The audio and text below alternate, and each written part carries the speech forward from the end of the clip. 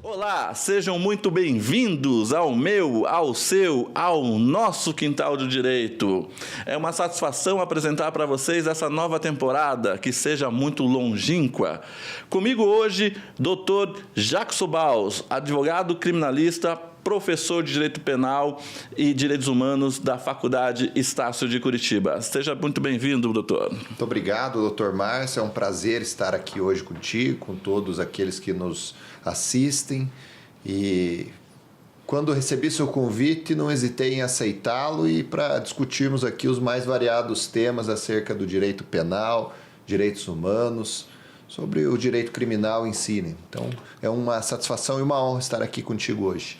Doutor, também é uma satisfação o senhor estar no nosso quintal, que está abençoado por nossas arrudas, nosso alecrim e nossa pimenta para tirar o mal olhado do... Olho gordo não tem não aqui. Tem aqui, doutor. E hoje nós vamos conversar um pouco sobre o direito criminal em si.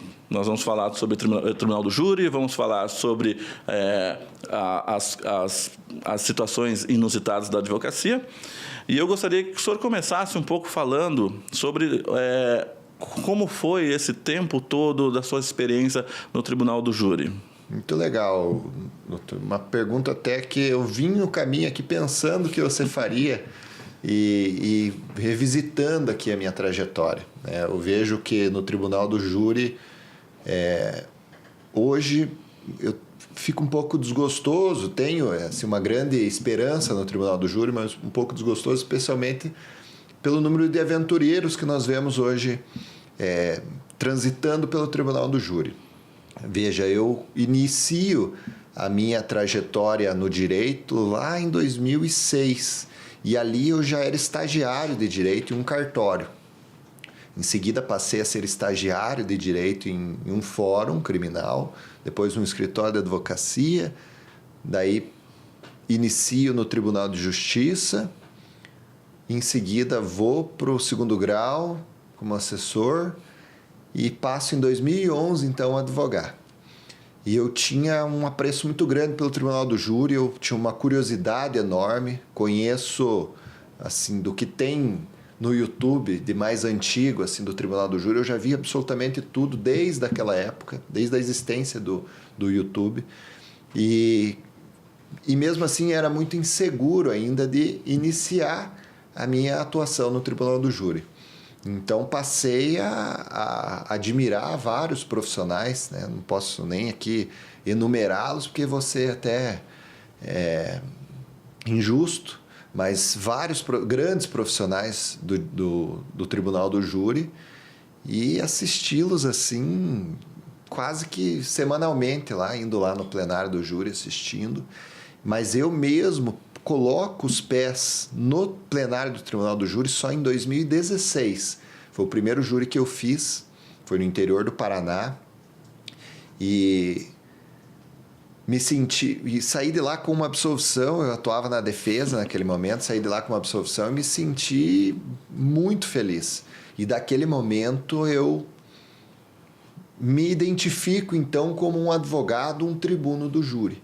Naquele júri faço na companhia de um jurista já experimentado, um jurista já de um tempo de carreira e saio de lá então sabendo que era exatamente aquilo que eu queria fazer.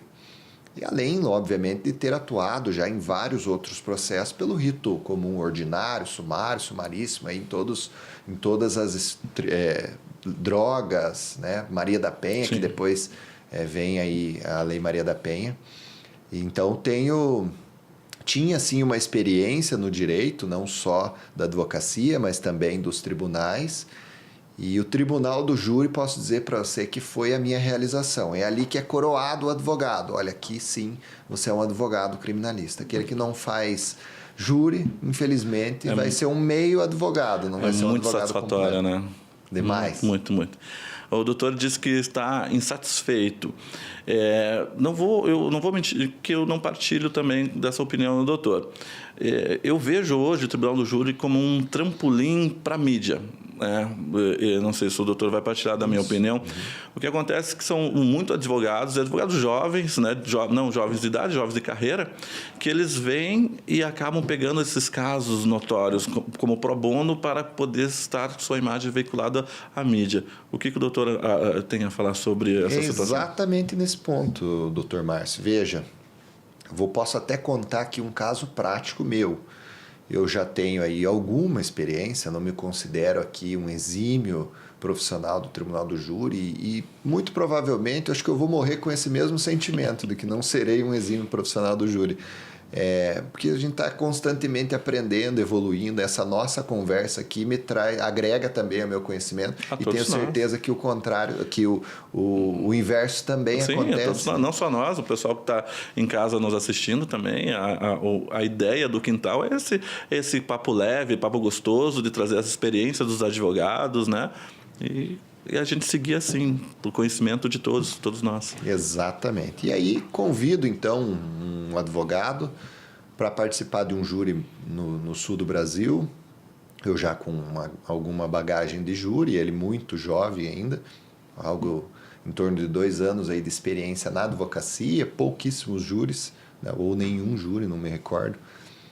E fica aquele sentimento de que por parte dessa garotada, de que o júri simplesmente é aquela exposição midiática, né? Que você vai diante das câmeras, se coloca como advogado do acusado ou, em muitas ocasiões também, tutelando os interesses ali do assistente de acusação, que é um familiar da vítima, né?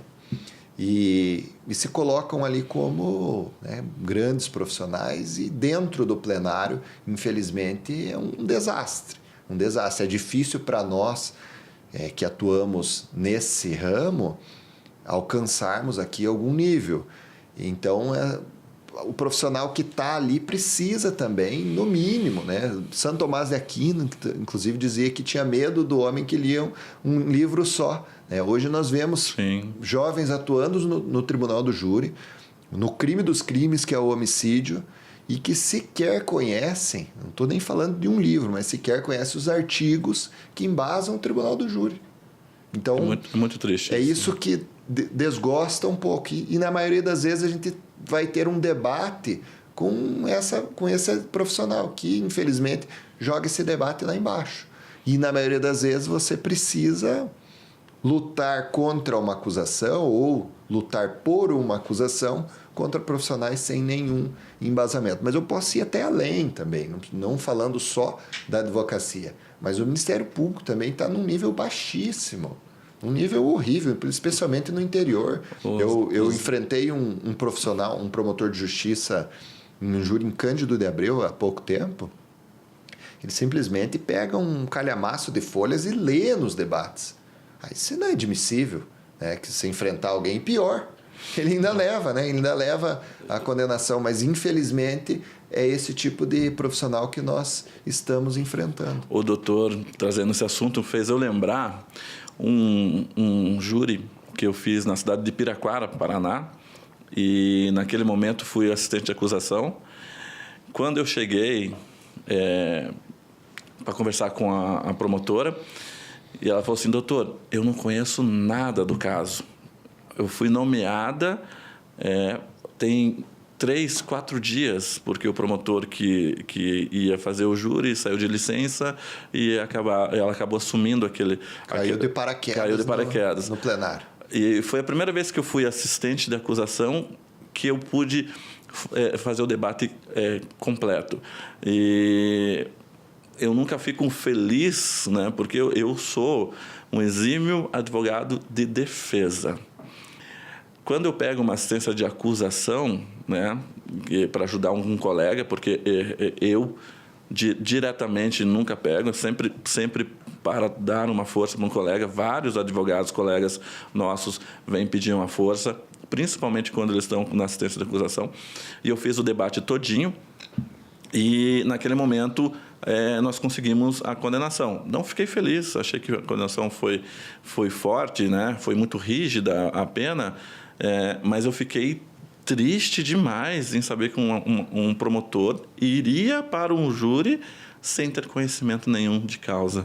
Muito triste. Tutelando os interesses aí da sociedade, em primeiro lugar, mas também de uma família enlutada, que Sim. sofre dia e noite a perca de um familiar e que exige um mínimo do judiciário, que é uma acusação justa e plena, sem um profissional que chega lá sem ler o processo ou dando uma lida na denúncia e sustentando por hora e meia uma acusação sem conhecimento algum do processo. Esses profissionais não servem para o tribunal do júri. Então é nesse ponto que eu fico um pouco insatisfeito com o tribunal do júri, embora tenha uma paixão muito grande pelo plenário, e vou lutar muito, doutor Márcio, para que a gente alcance uma excelência de outros tempos aí, né?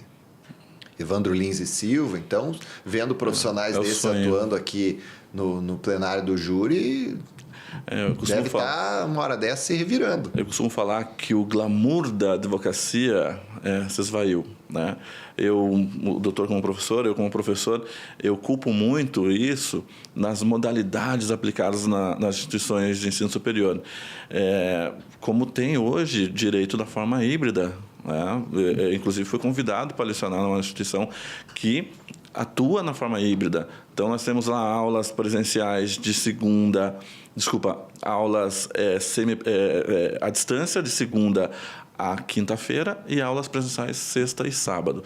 É horrível como que você vai tirar da faculdade um profissional que não tem nenhum interesse de ir até a instituição.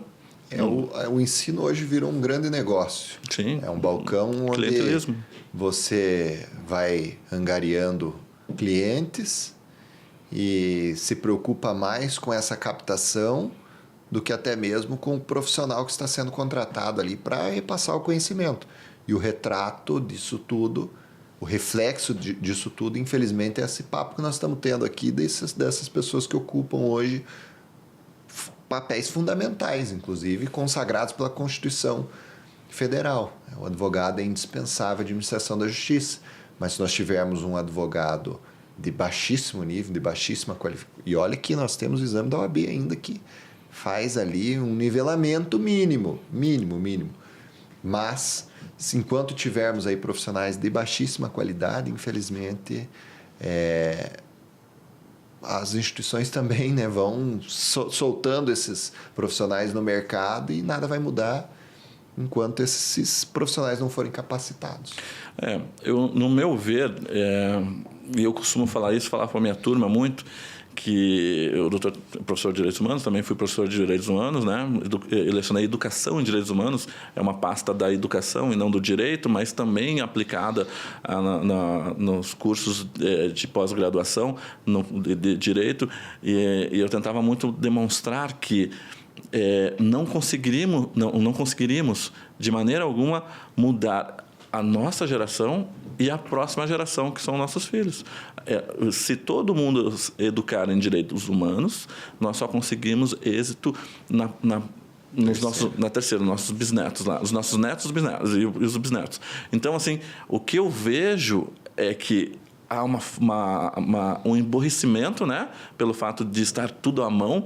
Eu me lembro que, na época que começou a situação da Lava Jato, eu tentava conversar com os alunos e colegas, olha só, né, tem um erro processual, né? Eu tentava demonstrar isso lá em 2014, né? E não tinha, todos eram doutores em direito penal, né, em processo penal, ninguém conseguia entender. E depois de anos eles vieram falar, nossa, doutor, realmente eu lembro quando o senhor falou lá atrás, 2014, 2015, que existia esse defeito, né? Então, assim, no meu ver, existe juízes bons, promotores bons, advogados bons, né? Mas a gente é julgado por uma pequena parcela dos ruins, né? Não sei se o doutor partilha dessa opinião. Né? Então, assim... Na advocacia criminal, o senhor disse? Na advocacia como um todo. né, como um todo. Não vou trazer só na... Eu acredito ainda porque, por ser advogado criminalista, eu acredito que nós estamos na parcela melhor do direito, porque eu já vi cada coisa, né, no direito civil. Meu escritório atua em várias vertentes do direito, só não fazemos direito previdenciário, o resto fazemos todos. Nós temos 8 profissionais lá, advogados, mais a equipe, né? Nós temos um plantel muito bom.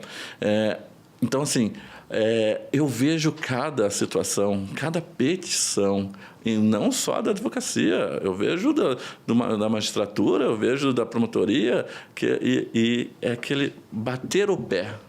Não é mostrar fundamento, não é fazer valer o direito. Eu disse e está dito. E isso é muito feio.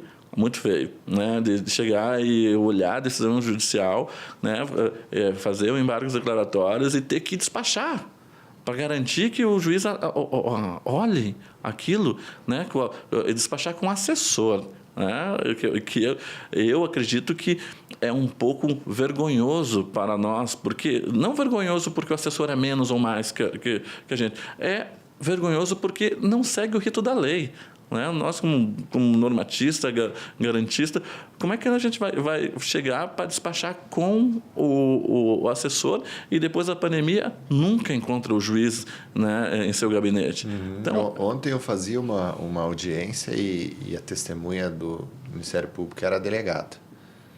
Uma delegada bastante conhecida aqui em Curitiba e que está aí em alta. Já como outrora, outras delegadas apareceram, essa é a da vez, que vai ser a candidata a deputada ou a vereadora. Essa é a da vez. E ela era testemunha do Ministério Público. Ela dizia, eu já disse para o promotor que eu não queria ser testemunha. E eu disse, pois é, mas a senhora é testemunha do Ministério Público. Veja, nós temos aqui vendendo um peixe, nós temos tantas investigações aqui que nós estamos trabalhando, uma operação em que prendemos aí uma pessoa que abusava de pacientes, uma série de coisas. E eu disse, eu conheço o trabalho da delegacia, da senhora, já acompanho desde a DHPP, quando a senhora era delegada lá, mas é a lei, ela vale para mim, vale para a senhora, para o membro do Ministério Público, para a magistrada que está aqui, e para todo mundo. Então, a senhora se submete à lei, assim como eu. Então, a senhora sente, se acalma, que nós estamos começando ainda. Tem muito pela frente. Se a senhora tem outras coisas para fazer, então, o problema não é meu, é o problema lá da instituição da senhora. Mas é atropelado, né? Como se não fosse... Eu já esclareci o Ministério Público aqui, agora o advogado não é importante. Porque advogado é do acusado.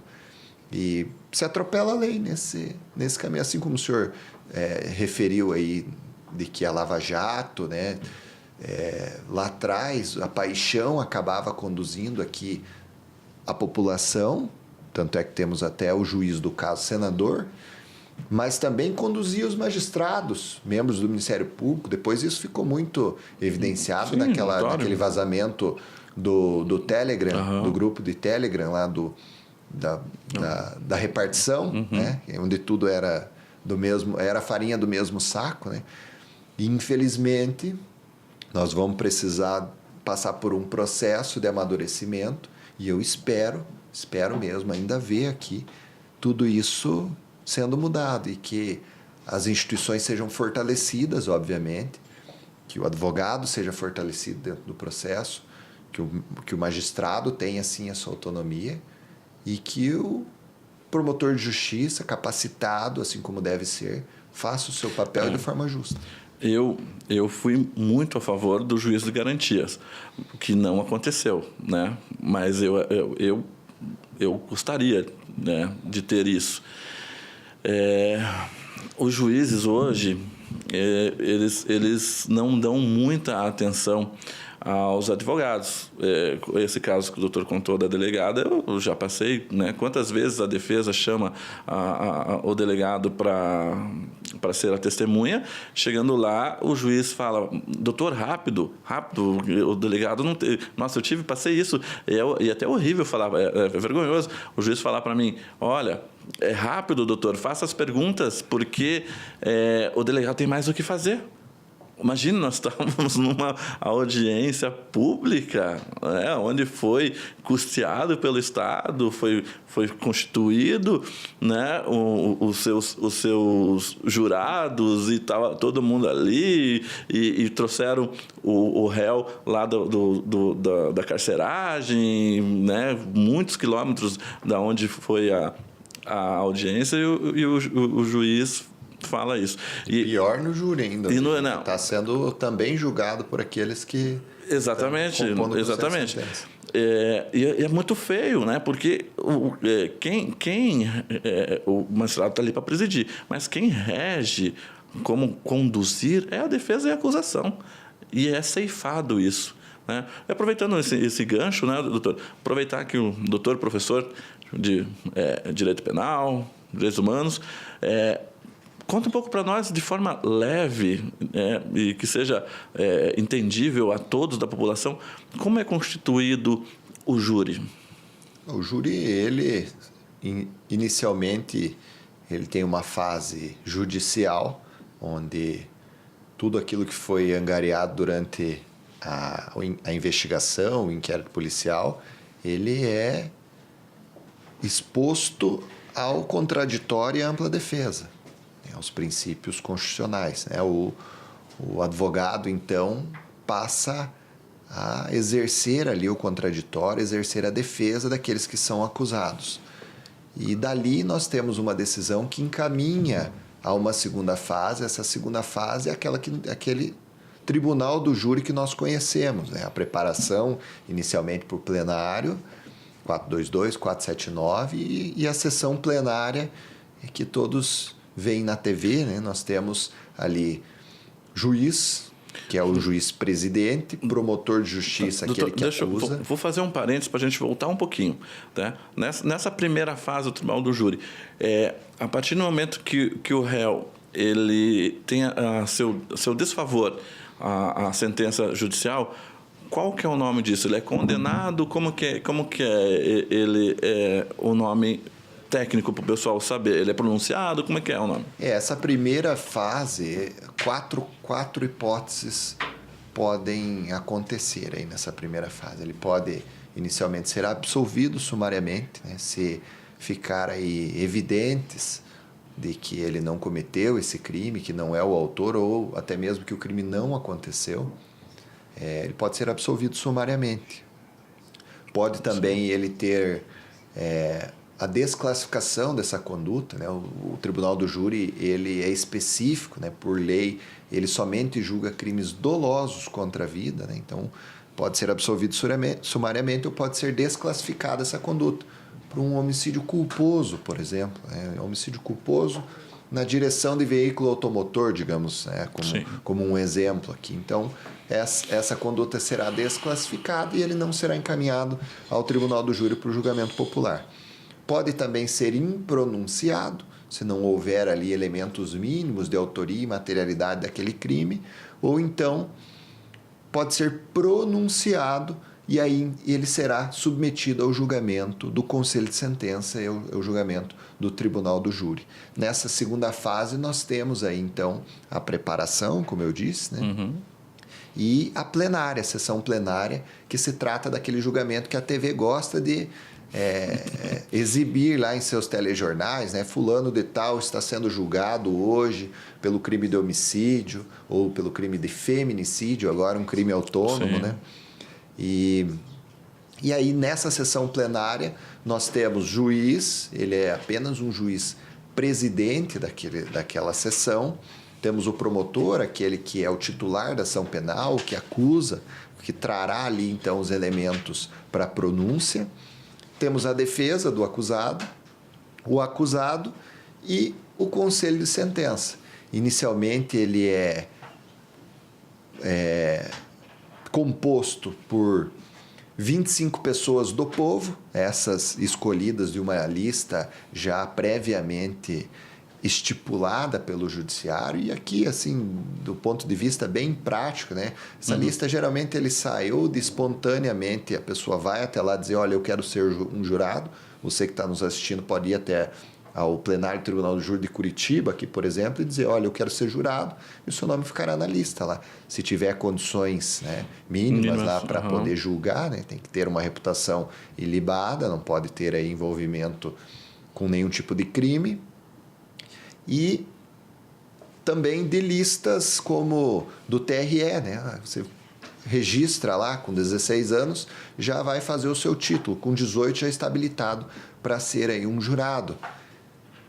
E também de outras listas, como de funcionários públicos, né? Também há essa lista de pessoas que podem ser escolhidos e tantas outras, né? INSS, tantas outras listas que podem ser utilizadas aí para o sorteio desses 25 pessoas do povo são escolhidas, são pessoas sem qualquer conhecimento jurídico, pode ser que sejam também advogados, né? Já tive conselho de sentença com vários advogados, mas via de regra são pessoas sem qualquer conhecimento jurídico, pares daqueles que estão sendo julgados. Dessa lista de 25 são escolhidos 7. E esses 7 é quem decidem a vida daquele acusado. Se ele será condenado, se será absolvido, se essa conduta talvez seja desclassificada, assim como na primeira fase.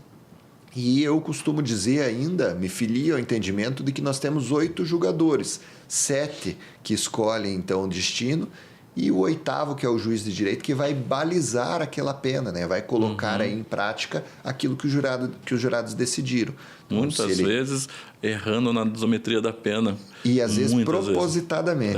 E às vezes propositadamente. Infelizmente, tive um júri agora em Ponta Grossa e faço essa crítica sem medo nenhum, porque já falei inclusive para o magistrado, que ele é desleal e aplicou uma pena completamente despropositada ali, que não tinha qualquer relação com o caso. Nós tivemos a desclassificação de uma conduta de homicídio doloso para uma lesão corporal seguida de morte, que parte de 4. E a pena aplicada por ele foi de 8 anos. Então, é quase que... Eu nunca tinha visto isso na minha vida, mas tinha um propósito, tirar ele preso do plenário e não deixar que ele fosse colocado em liberdade no plenário, porque era um caso de grande repercussão. Então, na maioria das vezes, o magistrado ele também se deixa levar pelas paixões, pela influência da família, da população e especialmente da imprensa. E eu não faço isso como uma crítica à imprensa de forma alguma. Eu acho que a imprensa ela é fundamental no Estado Democrático de Direito. É um quarto poder, mas infelizmente influencia. Esses são magistrados da era Moro, né? Exatamente. Muito triste isso. Você só fazer um adendo aqui, o pessoal de casa, porque não tem conhecimento da isometria da pena.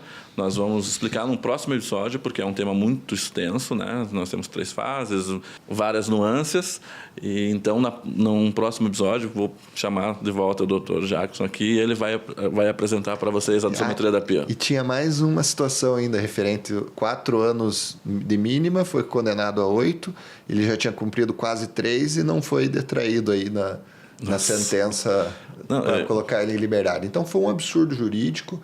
Eu fiz questão de representar no CNJ esse magistrado, porque o abuso de autoridade ficou evidente e só tinha um fim, colocar ele atrás das grades por mais um tempo. Infelizmente ele passou mais 12 dias atrás das grades até que fosse instalado ali o incidente para o cumprimento de pena, e lá simplesmente adequaram o regime. Hoje, inclusive, ele já está no regime aberto.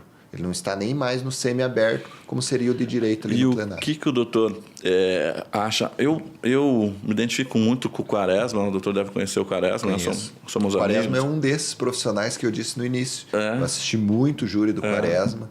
Gostava muito de assistir o júri do Quaresma. Eu gosto do Quaresma. É um bom amigo. Quando teve em Curitiba aqui, a gente esteve junto, tudo. E nós estávamos debatendo sobre essa situação que agora pode decretar a prisão já na sentença e não tem mais direito a responder. É doce na boca do magistrado. Exatamente. O que o doutor acha dessa nova normativa que veio aí para atrapalhar, porque isso interfere a nossa Constituição, né? Então, o que o doutor tem a dizer sobre esse tema? Bom, um dos princípios basilares, se ainda vale alguma coisa na Constituição, mas um dos princípios basilares da Constituição é o duplo grau de jurisdição. E essa aberração jurídica infere frontalmente um princípio, uma cláusula pétrea. E nós temos aqui violado o duplo grau de jurisdição. Então, ele mesmo tendo direito a recursos, mesmo tendo passado a instrução processual e até mesmo a plenária do júri em liberdade, infelizmente, naquele momento, sendo ele condenado, e ainda que esse julgamento seja reformado em um recurso, como várias e várias vezes isso acontece, isso não é um mínimo descartado no judiciário, não é. Nós temos várias plenárias do júri anuladas e retornando para julgamento. Sim. E isso simplesmente foi desconsiderado por uma paixão, por alguém que simplesmente, e decisões tomadas que não refletem, inclusive, o posicionamento da sociedade. São 11 magistrados que decidiram simplesmente que agora vamos iniciar o cumprimento da pena do plenário. Uhum. E nada mais. Eu costumo falar que nós temos, né, nossa cláusula pétrea que diz que é inocente até se prove culpado. Até o trânsito em julgado. Né? Até o trânsito julgado. Então, entendam aqui, ó, não é porque saiu uma sentença condenatória, já se provou culpa, né? Nós temos outros graus de jurisdição. A presunção de inocência também violada. Exatamente. Então, assim, mas hoje a gente partilha de um Estado que diz que é culpado até se prove inocente. Uhum. Então, eu não consigo compreender isso, né? Isso fere direto a nossa Carta de Direitos Humanos, né? Que foi lá entabulada e escrita para prevenir toda essa arbitrariedade, né? que fere. Então, eu fico triste com isso e não sei, hoje, na atual circunstância, eu vejo que o judiciário ele não é mais judiciário, né? Ele tem a nomenclatura, tem lá os seus ministros, mas só que é político. É totalmente voltado para o executivo, ministro se metendo em norma que foi taxada pelo senador, pelo deputado, passou pela Câmara, pelo Senado e vai lá e me derruba. Quando é benéfico, como a gente teve há um tempo atrás, em 2019, nós tivemos a Lei de Abuso da Autoridade que foi promulgada, né? Essa lei traz, no seu artigo 47, se não me engano, as prerrogativas do advogado. Foi cópia ipsilitrim do nosso estatuto jogado lá. Só que, em primeiro momento, foi vedado. Entendeu? Teve o presidente teve que se meter para voltar isso. Eles estavam vetando. E não teria necessidade de colocar realmente na lei. Por quê? Porque já existia uma lei que dizia que não podia, né? Mas colocou ali para reforçar. Mas mesmo assim... Para criminalizar também. Eu vejo que a lei de abuso de autoridade trouxe as prerrogativas ali justamente para dizer para o magistrado, olha, se violar agora é crime... Até então o senhor respondia um processo administrativo, aqui o senhor vai responder um processo criminal também. Exatamente, mas o que acontece? Nós temos várias leis que elas vêm e elas acabam em desuso. E eu vejo isso como desuso, porque eu como advogado, e todo mundo me conhece, sabe que eu sou pró aos meus pares, eu sempre fui, eu já apanhei em delegacia para defender advogado. Isso é uma realidade, né? Tá na mídia, na televisão lá, eu levando o safanão do agente de polícia, porque acabei tirando o Dr. Caio. O Dr. Caio, um abraço. Percival? Né? Percival, de dentro da cela, e eu fiquei por último para trás e levei um safanão, né? Mas acontece, né? São nuances da vida. Mas ali, o Dr. Caio, ele teve sua prerrogativa já cesseada, né? Porque pelo todo o transtorno que ele teve, a voz de prisão decretada de forma arbitrária, nem expediente tinha, né? Vai atender uma oitiva num sábado, foi muito confuso aquilo, né? Então, assim, eu já sofri bastante, né? E eu acho que eu vou sofrer muito ainda, né? Porque a advocacia já não é para covardes, imagine a advocacia criminal. Uhum. Então, eu vejo mulheres sofrendo, eu vejo mulheres advogadas sofrendo, advogados sofrendo, e eu sempre estou em busca de ajudar eles de alguma forma. E eu já ajuizei várias ações face a juízes, promotores, delegados, face a agentes de polícia, para que valesse a lei de abuso de autoridade. E sobe no TJ, amortiza. Vou usar a palavra amortiza para vocês, para que, saindo desse episódio, eu já não tenha mais um processo lá no TED. Lá. Mas, doutor, o que o senhor acha dessas nossas prerrogativas que hoje eu não vejo elas como funcionando? O que o senhor tem a dizer? Já passou por alguma coisa assim? Já, não. Quem atua na advocacia criminal certamente já teve prerrogativa violada. E isso é corriqueiro. Hoje, se for atender um flagrante numa delegacia, muito provavelmente nós teremos uma prerrogativa violada. Por inúmeros motivos. Eu tenho sempre buscado e me agarrado aqui no setor de prerrogativas da OAB e no bom senso. Também. É muito importante que o advogado ele também não extrapole aqui o seu direito, porque a gente acaba, então, por criar um ambiente tão tenso que aqui exige que pessoas busquem uma mudança de algo legítimo, algo que o advogado tem por direito. E até mesmo esse caso eu soube, conheço o Dr. Caio Percival, soube, e conversei com ele sobre isso também, e ele mesmo reconhece que faltou por parte dele também talvez um jogo de cintura, né? E eu entendo, ele é muito jovem, ele chegando agora na advocacia, recém-formado, e ele acaba sofrendo um aperto do escrivão, à época, do escrivão não, ele nem era escrivão, não, né? Acho que hoje mudou a nomenclatura, né? Hoje sou agente da Polícia Judiciária, e na época ele não era nem o escrivão, ele era num sábado, o escrivão não estava, e se eu não me engano, alguém do cartório quem foi fazer isso. Um ADOC, sem conhecimento algum. Vamos explicar para o povo aí que tá em casa. O ADOC é um escrivão nomeado. Pode ser qualquer um estagiário, pode ser um agente de polícia, pode ser até o cozinheiro. O delegado nomeou, vai lá ter que trabalhar. E aí o cliente dele era vítima daquela situação. Sim, eu lembro. Ele era vítima e simplesmente declinou que estava sem CNH na oportunidade. E aí inicia aquela confusão e ele acertadamente disse, olha, então se nós caminharmos por esse caminho nebuloso aqui, que é de violação de direitos do meu cliente, eu vou me retirar, o senhor marque em outra oportunidade, eu volto aqui sem problema algum, em que nós tivermos condições aqui de trazer rigidez para o ato. E aí ele queria, essa pessoa, né, esse agente, ele queria chamar o delegado. E o Caio, forçando também aquela situação, falou, não preciso, e não precisava de fato.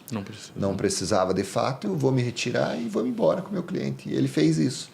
E é ali que faltou para ele, não, chama o delegado aqui, vamos conversar então, se é isso que o senhor quer que eu faça, conversa com o delegado, falou, doutor, marque em outra oportunidade, eu volto, sinto muito, mas aqui com esse sem rigidez não tem como.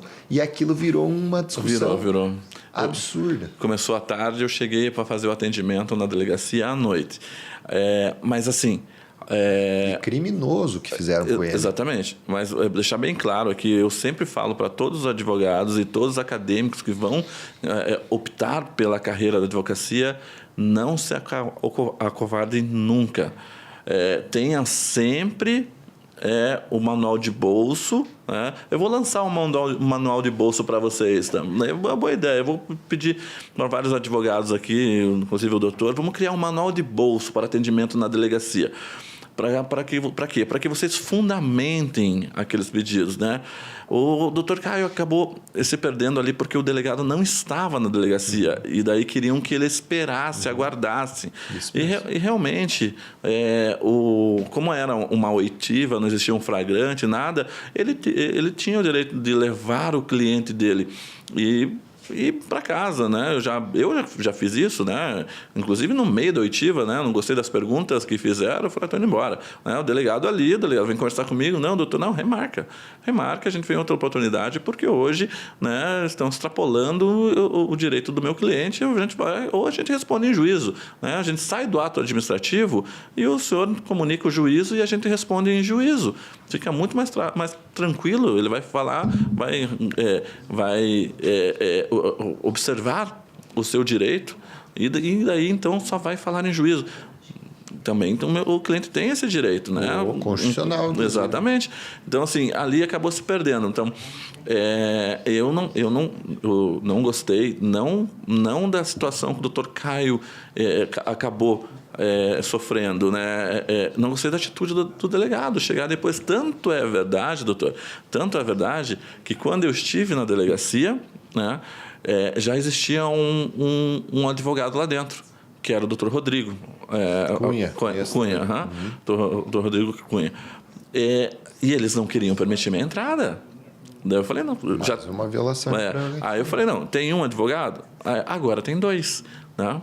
Eu vou entrar. Aí o delegado não estava na delegacia, entendeu? Ele foi lá, deu voz de prisão para o doutor e foi embora. E depois que eu entrei, eu observei que o doutor Caio estava em cela e o advogado não pode ser colocado em cela, né? Ou pode colocar numa sala de estado maior, mas como a gente não tem, né, enfiaram ele numa cela. O que aconteceu? Quando abriram a cela, eu peguei e puxei o doutor Caio para fora e era um corredor. Nesse corredor, eu não sei se essa carceragem ali, era um corredor, e eu fiquei para trás. E daí o agente de polícia que abriu veio dando sanfanão para tudo que é lado. E daí, tanto é que na matéria na televisão aparece ele me jogando longe. Né? E eu peso 110 quilos, gente, eu sou pesado. Né? E ele conseguiu me jogar longe. Mas são coisas, né? Depois eu conversei. E o delegado que deu a voz de prisão não voltou para a delegacia. Então eu cheguei lá por volta de 5h30, 6 horas. Nós ficamos lá até 10h30 para que fosse feito um TC. E eu também não vislumbrei esse TC. Né? Mas fizeram um TC. E o TC sequer admite prisão. Exatamente. Então, imagine. O crime que estava sendo imputado. Exatamente. Não, e daí foi feio demais, entendeu? E daí parecia um acordo, assim, uma delação premiada, porque o doutor Caio teve que sentar ali, nós estávamos, na época, o doutor Caio estava com uma advogada, daí tinha o doutor Cunha, e tinha eu, e tinha mais o sócio do doutor Caio como advogado lá. Eram 4 advogados, mais o doutor Caio. E chamou todo mundo, reuniu todo mundo, parecia delação premiada. Senta, conversa, o delegado fala, não vamos fazer assim, vamos fazer assado, vai ser melhor para vocês. Eu falei, mas doutor, o senhor está conduzindo e continua sendo arbitrário, porque não cabe TC. Entendeu? Mas aí, para acabar todo o imbróglio, porque às vezes precisa ter o advogado bom senso. Um jogo de cintura. Exatamente. Daí optamos pelo TC e buscamos, junto ao Poder Jurisdicional, para que pudesse resolver todo esse imbróglio causado por esse delegado. Exatamente. E eu tenho utilizado muito, como falava, o setor de prerrogativas da OAB, são muito eficientes. Eu posso até elogiar aqui na pessoa do doutor... Esqueci o nome, é filho do Nasser lá. O Igor. Do Igor, exatamente. Doutor, me perdoe, esqueci seu nome, mas tem sido, para mim, o socorro. E a OAB tem comprado sempre as brigas. Brigas essas legítimas também, né? Nós não podemos extrapolar o nosso direito. E é isso que está sendo um grande problema, porque o advogado chega no plenário do júri também e começa a fazer uma live. Isso é inadmissível. E na maioria das vezes, processos que guardam algum sigilo ainda, né? Então, nós não podemos extrapolar. É um direito do advogado chegar e filmar, por exemplo, o ato, é um direito do advogado. Mas ser repórter ao juízo, de preferência até na fase do 422, do 479, que dê tempo, então, do juiz negar isso ou admitir isso, para que as partes tenham também direito de recurso nesse caso. O nosso Tribunal de Justiça, ele compactua com o direito, com a ideia de que o advogado tem o direito de filmar o ato, desde que não seja um ato. Agora, fazer uma live e colocar para fora, né, uma live no Instagram, por exemplo, e colocar um ato, por vezes um ato sigiloso, de forma pública por meio das suas redes sociais, aí nós estamos extrapolando também o direito. E quando é um direito legítimo, o nosso setor de prerrogativos da OAB tem sido muito eficiente. Eu tive um caso lá na PRF, em que eu atendi um flagrante lá que tinha acontecido às 9 horas da manhã.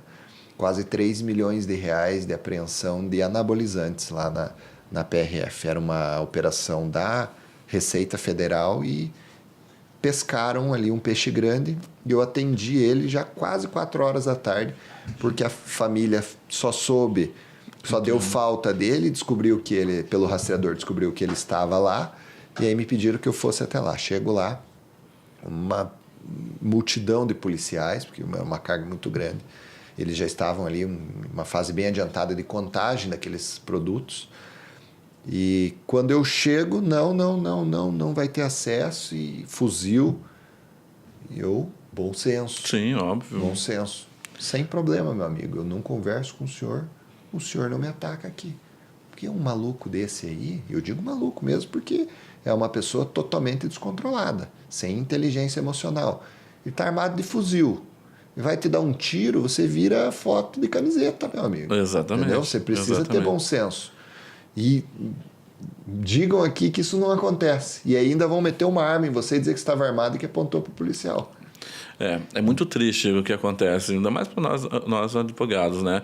Eu não sei se existe um ferimento de ego desses agentes e policiais militares, guardas municipais, mas passamos isso. Inclusive, nós temos a pior...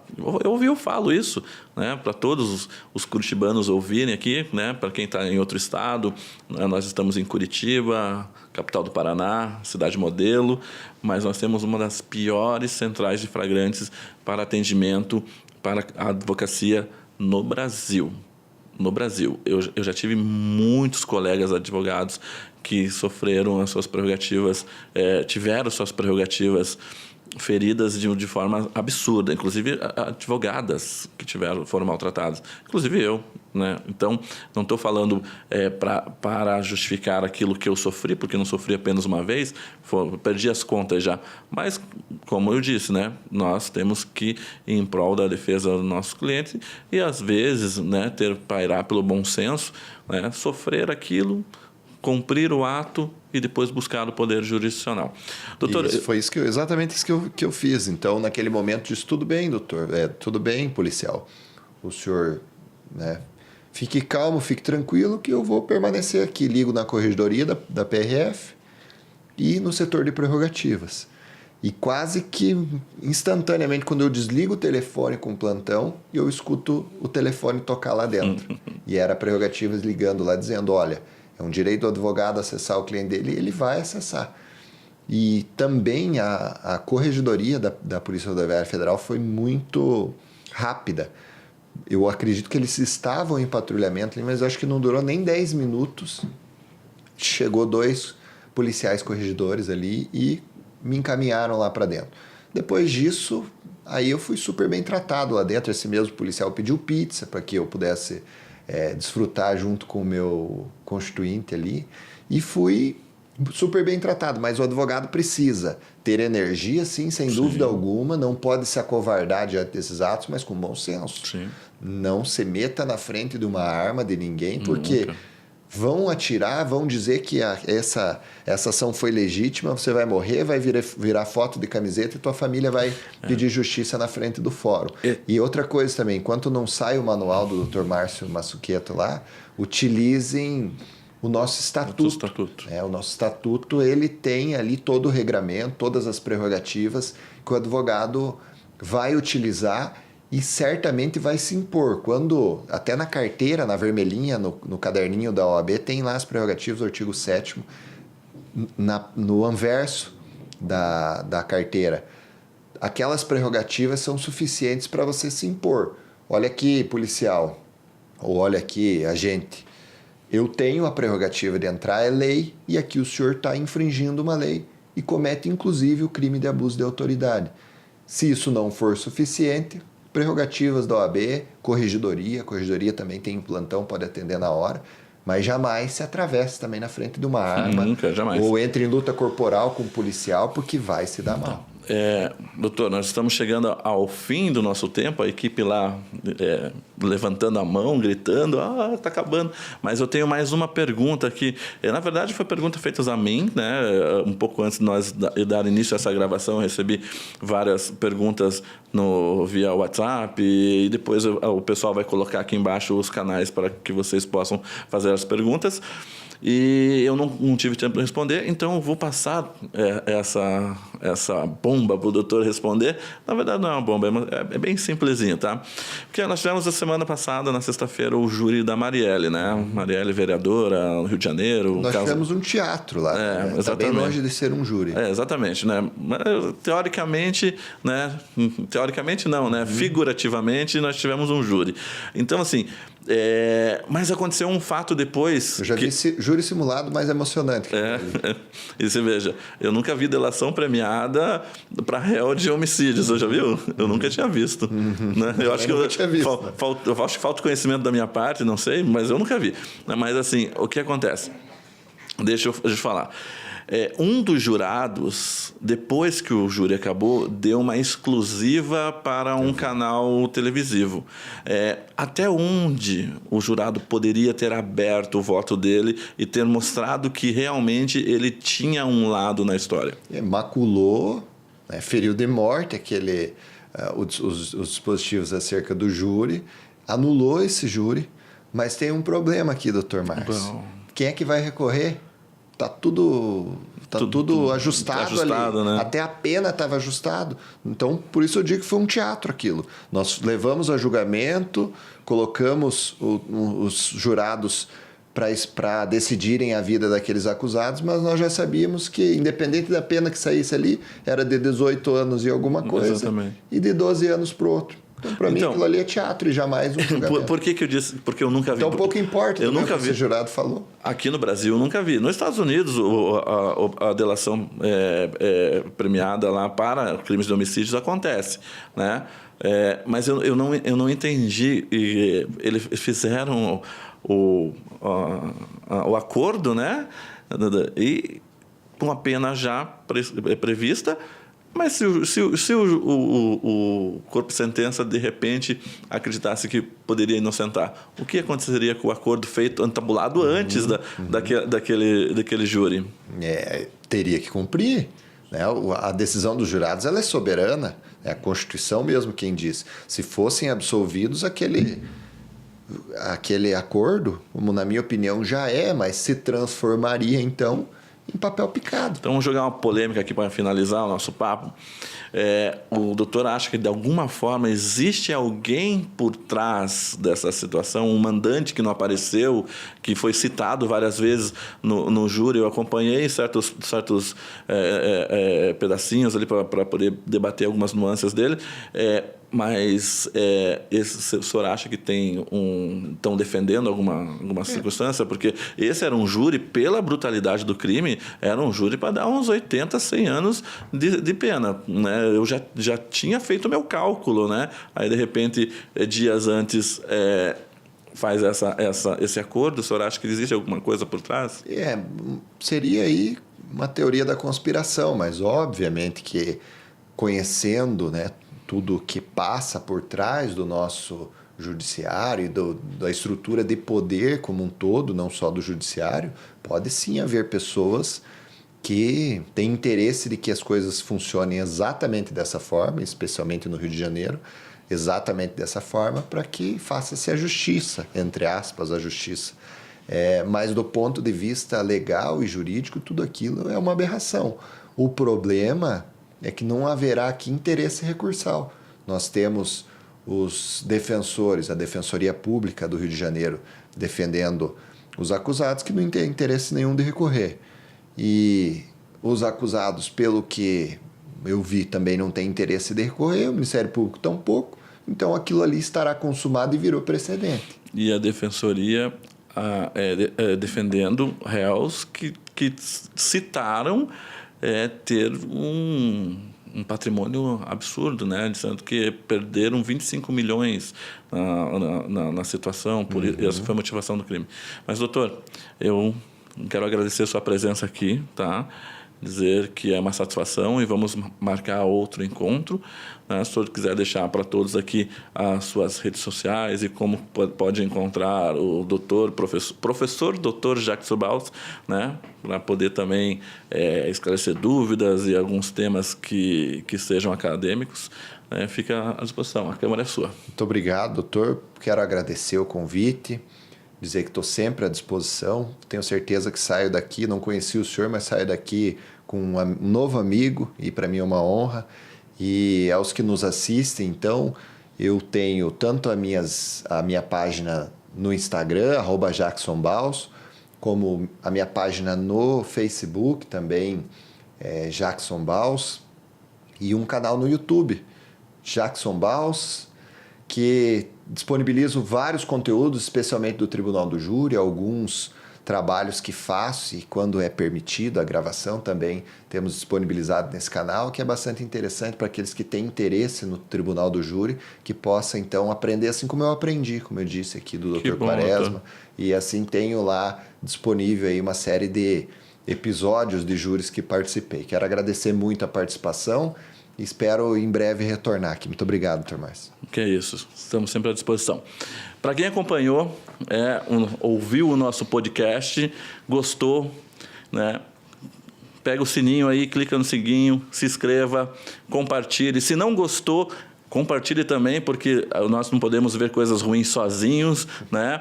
E fique sempre por dentro do Quintal Direito, seu espaço para descomplicar e complicar o direito. Até a próxima.